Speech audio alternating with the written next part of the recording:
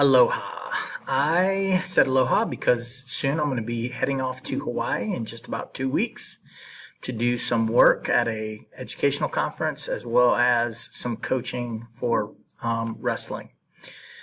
Anyway, I'm going to take a few minutes to describe my professional growth plan. There are 4 things that I think are very important. That is continuing education, professional development, collaboration, and association. I'll kind of briefly get into all 3 of them, or all 4 of them, excuse me. Continuing education, I think that it is important for us to continue taking classes, especially classes like this one that can actually promote new technologies, things that we can take into the profession with us, exploring different opportunities. This class, I've been really impressed with the fact that social media can be such a powerful tool as far as education.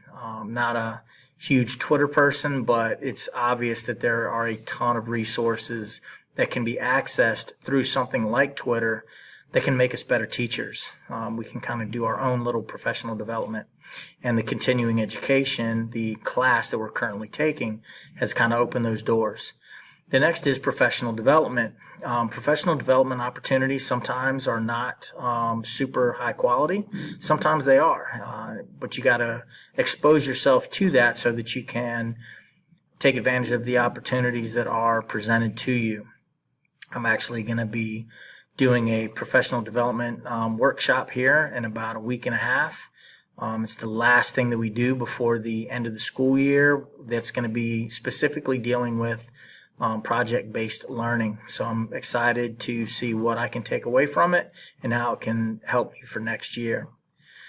The next thing is collaboration.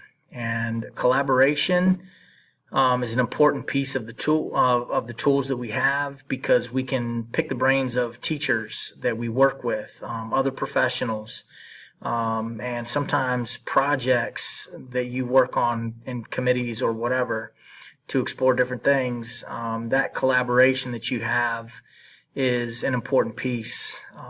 Working with the people alongside you, learning what works for them and how it fits in with what you're doing can be a very powerful thing. Association is similar to collaboration.